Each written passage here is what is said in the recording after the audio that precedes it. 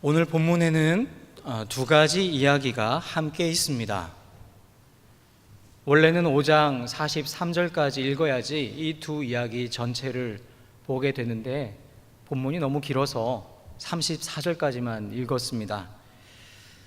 이 두 이야기는 공관복음인 마태복음, 마가복음, 누가복음, 이 모든 공관복음서에 나옵니다. 그리고 그 중에서도 오늘 우리가 읽은 마가복음의 본문이 가장 세밀하게 묘사를 하고 있습니다. 그런데 이 세 복음서 중에 여러분 어떤 복음서가 가장 분량이 많은지 아시죠? 가장 분량이 적은 복음서가 바로 오늘 읽고 있는 마가복음입니다. 그런데 이 마가복음, 가장 분량이 적은 마가복음에서 다른 복음서에 비해서 더 세밀하게 묘사를 했다 한다면 이 마가복음을 기록한 마가는 이 다른 어떤 누구보다 이 사건을 좀 더 중요하게 생각했던 것으로 우리가 이해할 수 있겠습니다. 자, 이 두 이야기를 같이 보면 서로 비슷한 점들이 상당히 많습니다.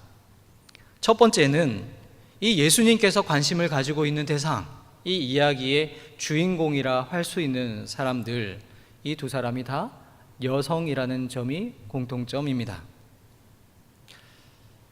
그런데 여성 중에서도 여성인데 특별히 이름이 없습니다. 이름이 없는 여성들. 한 아이는 회당장 야이로의 딸이라고만 기록이 되어 있고, 그리고 다른 한 여인은 그가 12년 동안 그를 괴롭혀 온 그의 병이 이 여인을 설명해 주는, 그래서 혈루증 여인이라고 불리는 여인입니다. 그 여성이라는 공통점이 있습니다. 두 번째는 이 두 사건의 숫자가 나오는데 그 숫자가 동일합니다. 12라는 숫자가 나옵니다. 야이로의 딸이 나이가 12살, 그리고 혈루증으로 고통받는 이 이름 없는 여인이 고통받은 횟수가 12년. 이것도 하나의 공통점이죠. 그리고 세 번째 공통점은 이 두 사건 다 큰 위기, 어떤 죽음의 위기에 직면했던 사람들의 이야기라는 사실입니다. 야이로의 딸은 병의 원인을 알지 못한 채 그저 죽어가고 있었습니다.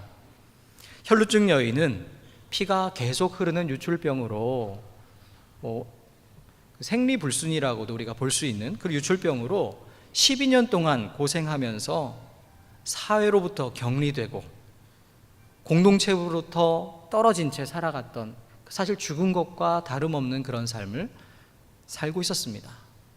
그러한 큰 어려움에 처해 있었던 공통점. 네 번째 공통점은 그러한 위기의 순간에 그 위기를 극복하기 위해서 모든 노력을 다했지만 결코 그 문제를 해결하지 못했었던 사람들입니다. 그리고 마지막 최후의 수단으로 지푸라기라도 잡는 심령으로 지금 예수님 앞에 나온 상황이 바로 이 두 가지 사건의 이야기의 공통점입니다. 그들이 얼마나 절박했던지 오늘 우리가 보고 있는 종교 지도자인 회당장 야이로, 사실 그 당시 대부분의 종교 지도자들은 예수님을 멀리 했습니다. 배척했습니다. 가까이 하려고 하지 않았습니다.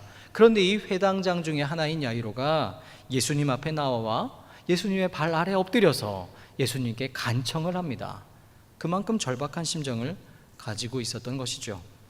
이처럼 이 두 이야기는 서로 유사한 점이 많습니다. 물론 서로 다른 이야기이지만 사실은 떨어져 있는 이야기가 아니라는 것입니다.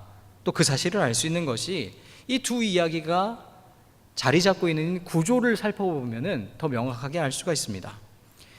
한 이야기가 다른 이야기 속에 들어가 있습니다. 이런 이야기 구조를 샌드위치 구조라고 합니다. 여러분 샌드위치 잘 아시죠? 샌드위치가 잘 머릿속에 떠오르실 것인데요. 배가 고프실 텐데 여러분 샌드위치는 빵이 있고 빵 안에 들어가는 속재료가 있습니다. 오늘 이야기 중에서 그 빵에 해당하는 이야기가 그 회당장 야이로의 딸 이야기입니다. 그리고 그 속에 들어간 속재료에 해당하는 것이 혈루증 앓는 여인의 이야기입니다. 여러분 생각을 해보십시오. 그 샌드위치 중에 빵과 속재료 중에 여러분은 무엇이 더 중요하다고 생각을 하십니까? 무엇이 더 중요하겠습니까? 그래도 뭐니 뭐니 해도 빵이 중요하다. 나는 빵 맛없으면 안 먹어 하시는 분들도 물론 계시겠죠. 그런데 우리가 이 샌드위치 이름을 정할 때 그 속재료에 치즈가 들어가면 치즈 샌드위치, 계란이 들어가면 계란 샌드위치, 야채가 들어가면 야채 샌드위치라고 하지 않습니까? 그렇다면 빵보다는 그래도 속재료가 무엇인가 그게 더 중요하다 이렇게 생각해도 괜찮겠죠? 저는 그렇게 주장하고 싶습니다. 속재료가 중요하다. 그래서 오늘은 이 샌드위치의 속재료에 해당하는 혈루증 여인의 이야기를 좀 중심에 놓고 야이로의 딸 이야기와 비교를 하면서 우리가 오늘 우리 가운데 주시는 하나님의 음성을 듣고자 합니다. 앞에서 제가 이 두 이야기 사이에 여러 가지 공통점, 비슷한 점들이 있다고 말씀을 드렸는데요. 기억을 하십니까? 4가지를 말씀드렸습니다. 다 여성을 주제로 주인공으로 하고 있다. 10이라는 숫자가 있다. 그리고 어떤 죽음의 위기 순간에 그 위기를 극복하고자 했지만 해결받지 못했던 사람들의 이야기라고 정리를 해보았습니다. 그런데 이것보다 더 중요한 공통점이 있습니다. 바로 이 문제를 가진 사람들이 예수님을 만나서 그 문제를 해결받았다라는 사실입니다. 성경의 표현대로 한다면 이 사람들이 바로 구원을 받았습니다. 여러분, 구원이 무엇입니까? 구원을 쉽게 표현하면 그가 가지고 있는 문제를 해결받은 것이 바로 구원입니다. 건강의 문제를 가지고 있는 사람들, 그런데 그 사람이 그 어려움에서 건강의 문제에서 벗어나는 것, 그것이 바로 구원입니다. 경제적인 문제를 가지고 있던 사람이 경제적인 어려움으로 고생을 겪고 있는데 그 문제를 극복해내고 어려운 상황에서 벗어나는 것, 그것 또한 구원입니다. 죽을 병에 걸려서 죽어가던 야이로의 딸, 아니 죽었던 그 소녀가 예수님을 만난 이후에 그 문제에서 벗어나게 된 것입니다. 구원을 받았습니다. 혈루증 여인도 예수님을 만난 이후에 그 혈루증에서, 그를 그토록 괴롭혀왔던 그 혈루증에서 노임을 받게 되었습니다. 구원을 받은 것입니다. 여러분, 이처럼 이 두 이야기의 주인공이 모두 구원을 받았다는 이 사실이 중요한 공통점입니다. 그런데 차이가 있습니다. 이들이 구원을 받기 위해 하는 행동, 그리고 그 과정에 차이가 있습니다. 그래서 이 차이를 좀 우리가 살펴보려고 하는데, 좀 기억을 잘하기 위해서 제가 한번 이름을 붙여보았습니다. 먼저는 이 안수를 받는 것을 통해서 구원받기 원하는 어떤 신앙의 모습, 그런 것을 안수구원이다 한번 줄여보았고요. 다른 하나는 옷에만 손을 대어도 구원을 얻을 수 있다는 그런 방법으로 나아갔던 이 사람을 해서 손대는 구원, 이렇게 한번 이름을 정해보았습니다. 여러분, 안수구원을 먼저 한번 볼 텐데요. 이 안수구원은 회당장 야이로의 딸 이야기를 통해서 우리가 보게 되는 구원의 모습입니다. 한번 23절의 본문을 같이 한번 다시 읽어보겠습니다. 23절입니다. 간곡히 구하여 이르되 내 어린 딸이 죽게 되었사오니 오셔서 그 위에 손을 얹으사 그로 구원을 받아 살게 하소서 하거늘. 아멘.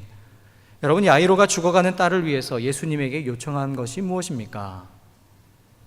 예수님 오셔서 손을 얹어 주십시오, 안수해 주십시오라는 것을 요청했습니다. 여러분, 성경에 보면 안수하는 경우가 참 다양하게 많습니다. 제물을 드릴 때 그 제물에 안수를 합니다. 어떤 형벌을 집행할 때 그 사람에게도 안수를 해서 형벌을 집행하기도 했습니다. 어떤 사람을 축복할 때, 또 어떤 사람을 파송할 때 그 사람에게 안수를 행했습니다. 그리고 어떤 사람을 어떤 직에 임명할 때도 안수를 했습니다. 그리고 오늘 우리가 본문에서 보는 것처럼 치유를 행하려 할 때 그 사람에게도 안수를 하였습니다. 이 아버지 야이로는 예수님께서 죽어가는 딸에게 오셔서 예수님께서 그 딸에게 안수해 주시면 딸이 죽지 않고 살게 될 것이라는 믿음을 가지고 있었던 것입니다. 여러분, 이렇게 이 아버지의 마음으로 예수님에게 요청하는 것, 이것이 잘못된 일이겠습니까? 사실 그렇지 않습니다. 지극히 당연한 일일지도 모르겠습니다.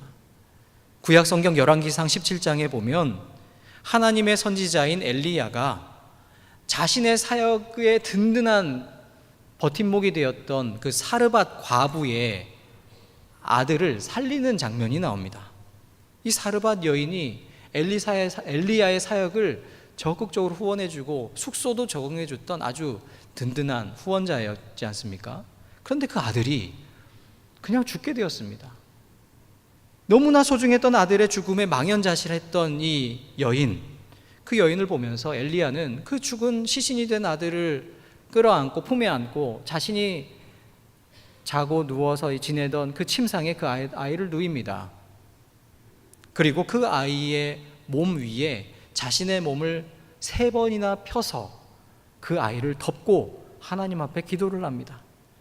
하나님, 이 아이의 혼으로 다시 그의 몸에 돌아오게 하옵소서. 하나님, 이 아이를 살려주옵소서. 이 아이가 왜 죽었습니까? 하나님, 살려주옵소서. 이렇게 간청을 하였고 하나님께서 그 아이를 살려주셨습니다. 엘리야는 그냥 손을 얹은 정도가 아니라 그의 몸으로, 어떻게 보면 몸으로 안수를 했습니다. 몸으로 다 덮었던 것입니다. 뿐만 아니라 예수님께서도 병을 고치기 위해 안수를 하신 경우가 참 많습니다. 마가복음 7장에 보면 귀가 먹고 말을 더듬는 사람이 있었습니다. 예수님께서 그 사람을 고치기 위해 그에게 안수를 하셨습니다. 그리고 그를 고쳐주셨습니다. 이어지는 8장에서도 예수님께서 앞을 보지 못하는 시각장애인의 눈에 손을 대시고 안수하셔서 그의 그 눈멈을 고쳐주셨습니다. 따라서 예수님께 안수해 주기를 요청하는 것 자체가 믿음이 없는 행동이거나 잘못된 것은 결코 아닙니다. 안수는 예로부터 계속 해오던 아주 전통적인 방법이기도 합니다. 그런데 여러분, 안수는 안수를 받는 사람과 안수를 행하는 사람이 있습니다. 그렇다면 안수의 주도권이 어디에 있겠습니까? 이 안수의 주도권은 안수를 행하는 사람에게 있습니다. 안수를 받는 사람은 그대로 받는 것이죠. 안수를 받는 사람은 안수를 행하는 사람에게 의존할 수밖에 없는 것이 이 안수 구원의 특징입니다. 그러다 보니 안수 구원을 원하는 사람은 의존적이며 수동적인 신앙을 가지게 됩니다. 안수 구원을 추구하면 추구할수록 사실은 더욱 의존적이며 수동적인 신앙을 더욱 강화시키게 된다는 말씀입니다. 그런데 여러분, 하나님의 치유가 안수를 통해서만 일어나겠습니까? 사실 그렇지 않습니다. 오늘 야이로의 요청을 들으시고 예수님께서 하신 행동을 우리가 잘 보시면 좋겠습니다. 오늘 우리가 읽은 본문 이후에 35절 이하에서 예수님은 혈루증 여인을 만나신 이후에 야이로의 집으로 가십니다. 근데 이미 가던 중에 이미 회당장 야이로의 딸이 죽었다라는 소식을 들었습니다. 그럼에도 불구하고 예수님은 찾아가십니다. 아이가 죽은 것이 아니라 잔다라고 하시며 그 소녀에게 다가가십니다. 그리고 그 소녀에게 하시는 행동이 5장 41절에 기록되어 있습니다. 우리 5장 41절 한번 같이 읽어보겠습니다. 그 아이의 손을 잡고 이르시되 달리다굼 하시니 번역하면 곧 내가 네게 말하노니 소녀야 일어나라 하심이라. 아멘.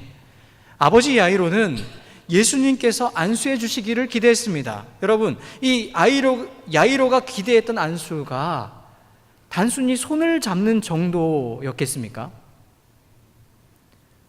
엘리야가 했던 수준은 아니더라도 예수님이 오셔서 자신의 그 사랑하는 딸, 죽은 그 딸 위에 머리에나 어디 아픈 곳에 손을 얹으시고 하늘을 향해 부르짖으면서 하나님 살려주십시오 이렇게 하는 그 정도 수준은 원하지 않았겠습니까? 그런데 예수님의 행동을 보십시오. 예수님 그렇게 하지 않으셨습니다. 그 아이의 손을 잡고 달리다 쿰, 이 아람어입니다.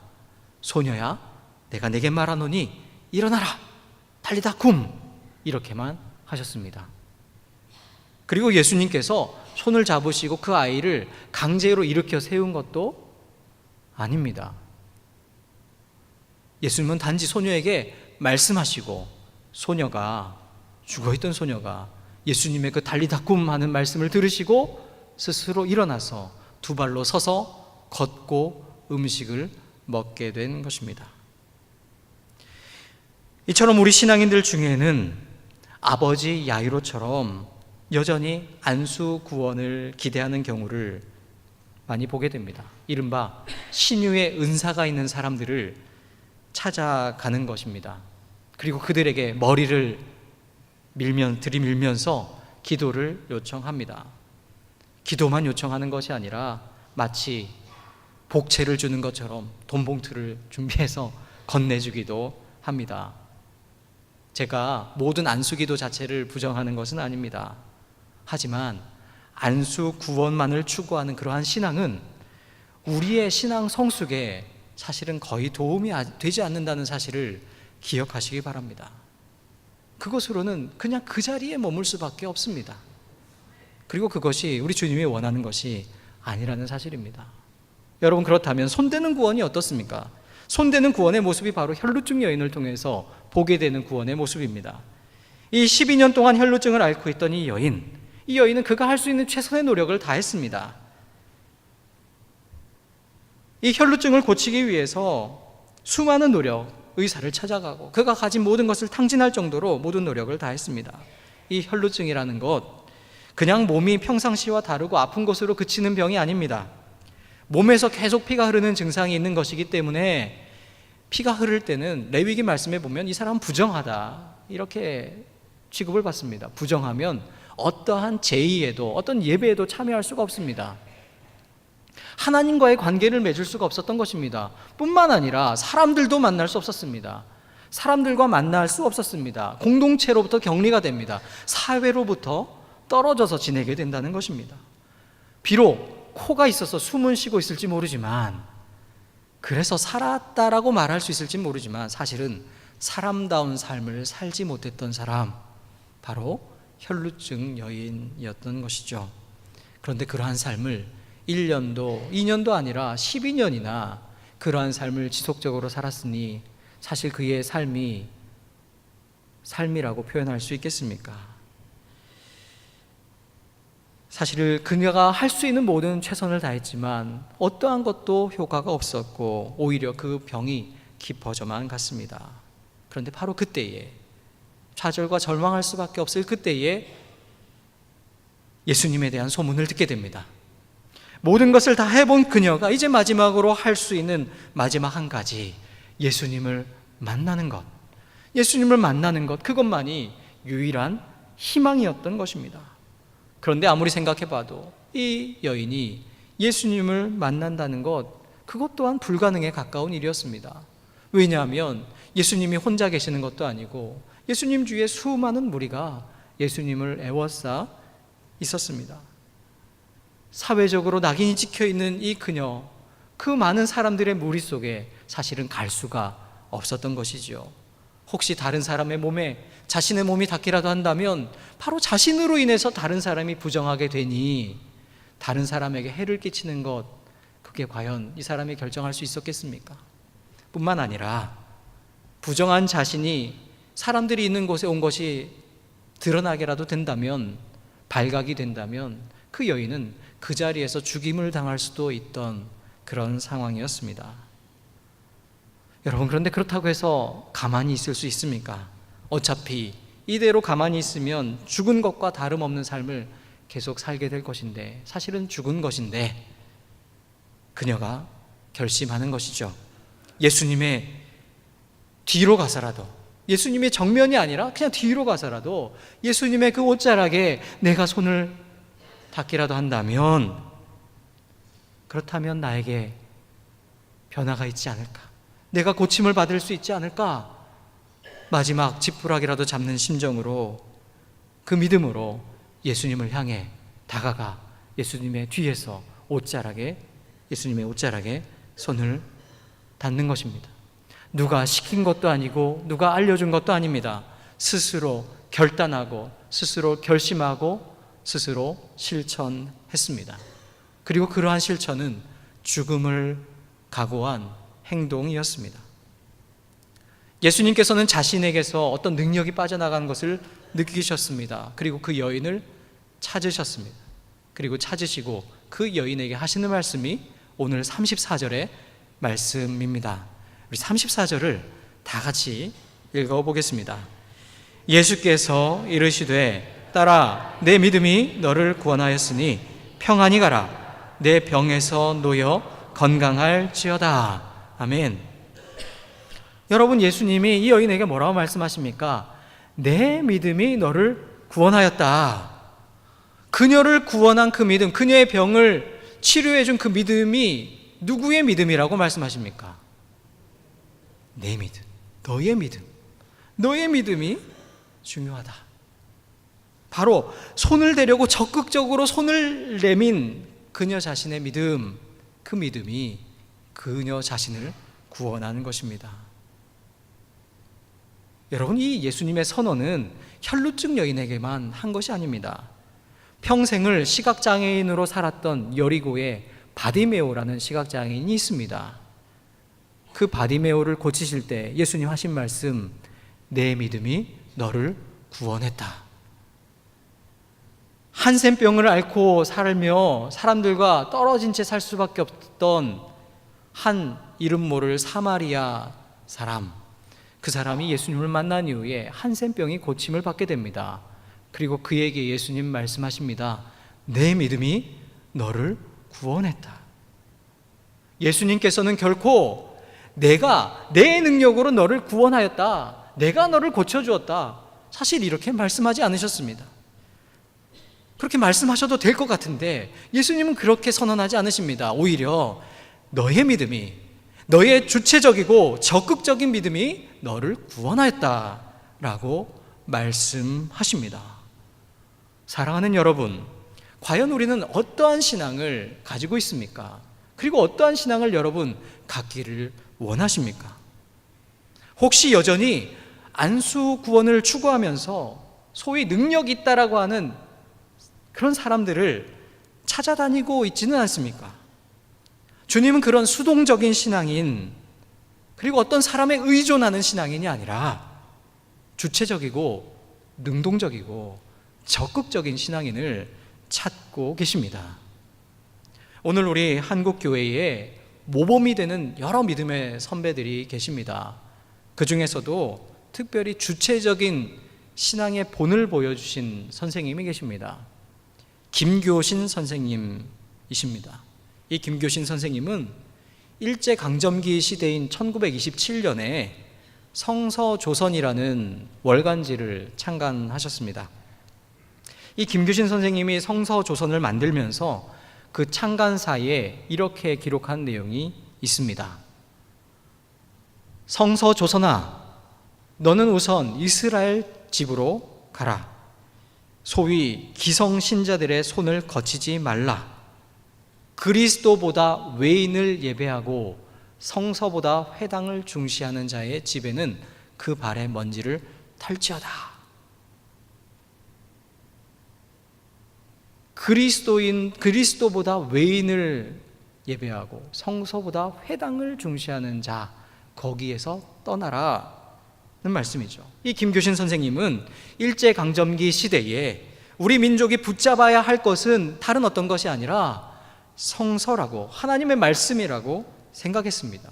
특별히 서구적 기독교가 아니라 한국적 문화 토양에서 자라서 그곳에서 열매를 맺은 조선식 기독교를 꿈꾸었습니다. 그동안 뿌리 깊게 자리 잡고 있던 어떤 신앙적 제도와 관습과 관행들, 거기에 얽매여져 있는 수동적이고 소극적인 신앙이 아니라 그것을 탈피하고 뛰어넘어서 오로지 성서를 기반으로 해서, 하나님 말씀을 기반으로 해서 주체적이고 자발적으로 신앙인의 길을 걷고자 했고, 그러한 신앙인들을 양성하고자 교육 사업에 앞장서셨던 분이 바로 김교신 선생님입니다. 이 김교신 선생님에 대해서 오늘 우리 한국 기독교 역사의 어른으로 여겨지는 우리 이만열 교수님이 이렇게 평가를 하셨습니다. 기독교 복음을 수용한 지 130년이 넘었는데도 한국 교회가 자기 정체성을 갖지 못했다. 이런 비판이 나올 때마다 가장 주목하게 되는 선각자가 김교신과 그의 조선적 기독교이다. 김교신 선생님이 깨뜨리고자 한 것은 제도나 어떤 관행에 매여져 수동적이고 무비판적으로 살아가는 신앙인의 모습이었습니다. 도저히 그러한 모습을 가지고는 나라의 해방이 이루어질 수 없다라는 것이죠. 깨어있는 신앙인, 주체적인 신앙인이 있어야 이 나라에 희망이 있다라는 것을 김교신 선생님은 설파했던 것입니다.